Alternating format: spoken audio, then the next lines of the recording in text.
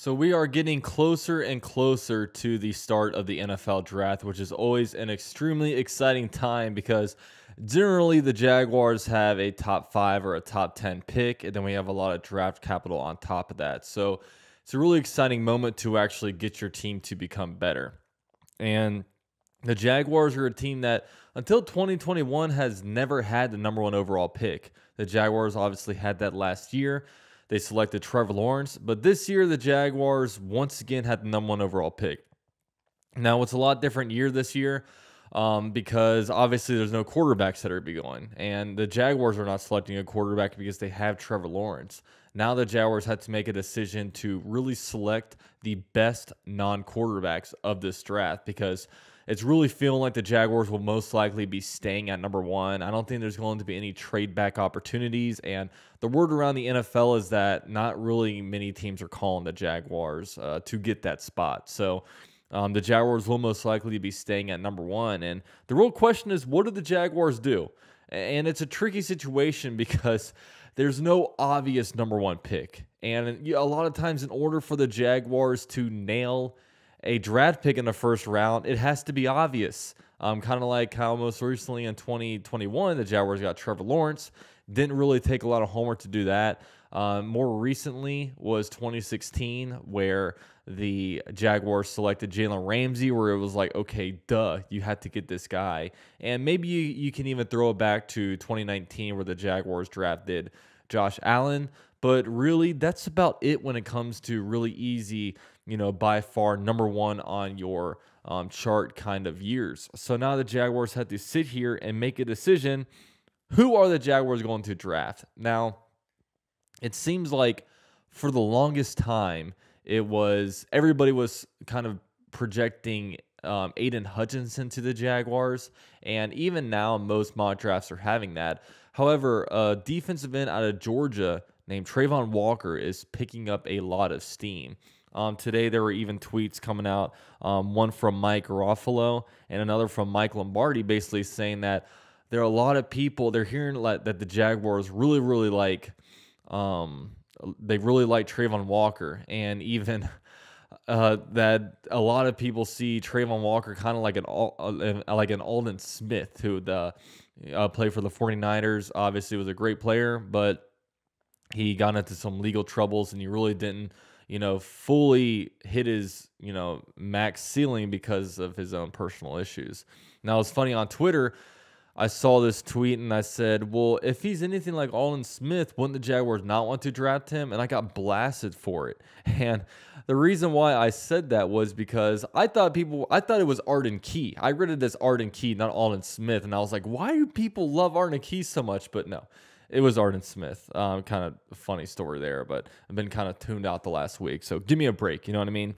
So to tell you a little bit about Trayvon Walker, because I don't really know a lot about him. And with me in this draft and a lot of drafts, the reason why I do this YouTube channel and the reason why I only do Jaguars videos is because I feel like I have a lot to bring to the table when it comes to the Jaguars. I have strong opinions. I have educated opinions, and a lot of people can see that and they watch my videos. It's a big reason, people tell me, oh, you should do the whole entire NFL. I don't do the whole entire NFL because I don't know enough about it where I feel like I can really bring value to people. And it's the same thing with draft prospects. Look, I'm not a draft expert. I'm not a draft prospect expert. It's just not something that's super interesting to me. So a lot of times I read up on what a lot of people are saying, and I kind of get the gist of it through that. I'm not coming out with my prospect rankings or whatever. So these are kind of things that I've been reading out there. Now, Trayvon Walker, to tell you a little bit about him, is that he is extremely versatile, and of any, when you compare him versus Aiden Hutchinson, which in this draft, it feels like either, that a big guy is going to get drafted at number one. And by big guy, I mean you're either getting a defensive end or an offensive tackle. A lot of times you see left tackle Evan Neal getting projected to the Jaguars at number one, even a little bit of Ike Ekwonu, but it's mostly defensive ends. It feels like it's a defensive end debate right now, and I don't even know if if this whole thing is really just smoke screens putting out there, because I know a lot of times there's smoke screens, and then, once all the dust settles, it might just be boom, Aiden Hutchinson. And then we did all this talk about nothing, but hey, this got some clicks from me and it got some clicks from a lot of other people. So with Trayvon Walker, he has really high upside. And the thing about Trayvon Walker is, like, he played for Georgia, and Georgia's defense in 2021 was stacked. It was like one of maybe the best defense college football has ever seen. It had so many great prospects on there. So essentially, a lot of guys on Georgia, it was like, okay, this is your responsibility. This is your responsibility. Plug that hole. You plug that hole. And it was such a working system where, they could have guys doing very basic stuff and they were able to stop players. They didn't have to, really have defensive ends like, pin their ears back and really go after it. So with Trayvon Walker, he essentially played in a scheme that did not allow him to play to, probably his best ability. So what a lot of the Trayvon Walker stuff is, a lot of it is projection. You know what I mean? It is like a high ceiling, low floor type of thing where you're not going to draft him number 1 overall based on what he did at Georgia. You would be drafting him number 1 overall based on what his potential can be. You know what I mean? It's a lot like, almost like Justin Herbert over with the Chargers. When he played for Oregon, he was doing a lot of stuff, and if you judged him strictly on what he did at Oregon, he wasn't going to be like a top 5 draft pick. However, when you looked at him based on what he can potentially do in different offensive schemes, that was going to be the big game changer. And that's really what the situation was with Trayvon Walker. And, he's another guy that, if you allow him to play free, he might be really good. And, he has really, really crazy measurables. So Trayvon Walker, due to his freaky athleticism and due to just his really high ceiling, he is a guy that he's probably going to get drafted in the top 5, and he's a player that a lot of GMs and scouts are intrigued by. You just have to get the right coach to coach him, essentially. And, next we'll get into Aiden Hutchinson. And Aiden Hutchinson is a name that really we've been talking about since December or January.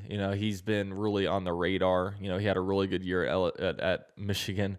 And, he's a guy, he's huge, 6'7", 260 pounds, and by all accounts, he still has a lot of room to grow. Like, he could still get, thicker, and he's still growing. So he could be a really massive man. And some things about him, he's very quick for his 6'7" body frame. He's great in the run game, and he's also has really good technique, which also really helps him in the pass game category. And with Aiden Hutchinson, you're getting a really, really solid player, and you're getting a guy that did produce massively in 2021. He got better each year in college football, leading up to him being a projected number 1 overall pick.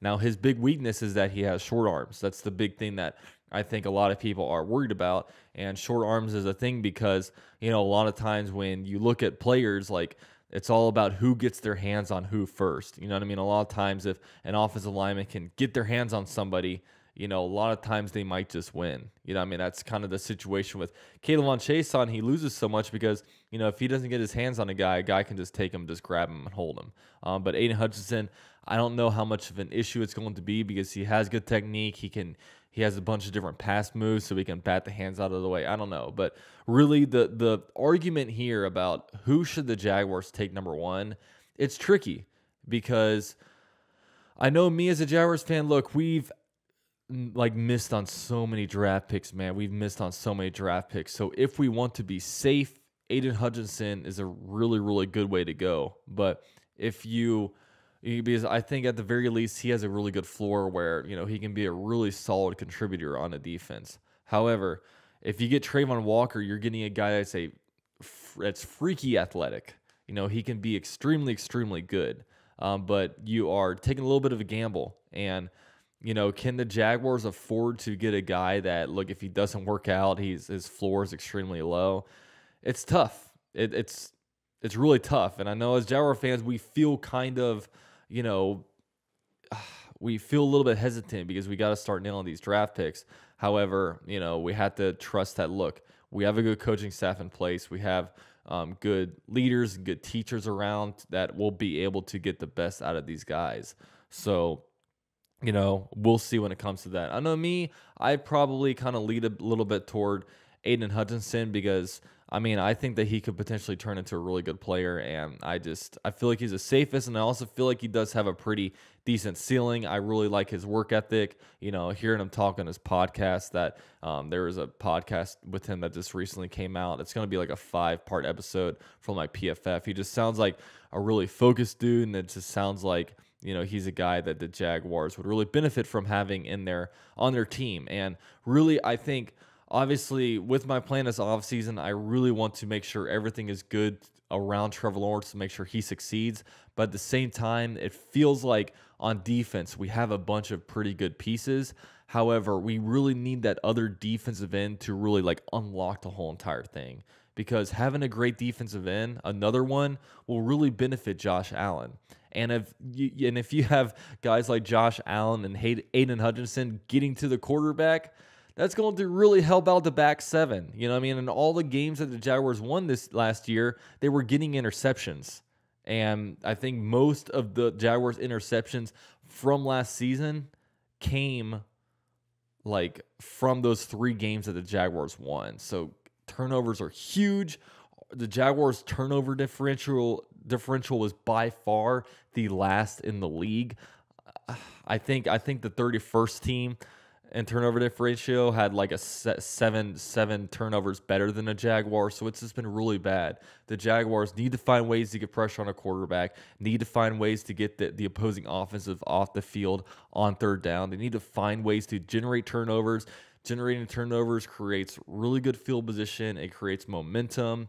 It creates some kind of swagger on a defense. Defenses thrive off of turnovers, and the Jaguars have not had that since 2017. So the Jaguars need to bring it back. And, I think really getting a stud defensive end can really improve the rest of the team. And I wouldn't be mad with Evan Neal or Ike Ekwonu. Especially Evan Neal is the guy that most people are projecting toward us, especially with Cam Robinson. He hasn't signed the franchise tag yet. And, we have some question marks at offensive line for sure. But, I think that the Jaguars go out and get the defensive end. And then after that, we can really start focusing on building up this offense in, day 2 and even into day 3 of the NFL draft. So those are some of my thoughts. Definitely let me know what you guys think. And, thank you guys so much for watching the video. Appreciate you guys being here. Let me know who you guys think the Jaguars should draft #1 overall. And, we're getting closer to the NFL draft. I can't wait. I know if you're a big football fan, you can't wait either. So with all that said, thanks for watching. Drop a like on your way out. And go Jags. You guys watched the whole video. Really appreciate that. You guys can subscribe to the channel for the best source of Jaguars news on the YouTube platform. Also follow me on Twitter and Instagram at UCF_Jaguar. And you can become a member of the channel for as low as $3 a month for exclusive channel content. Thank you guys, and go Jags.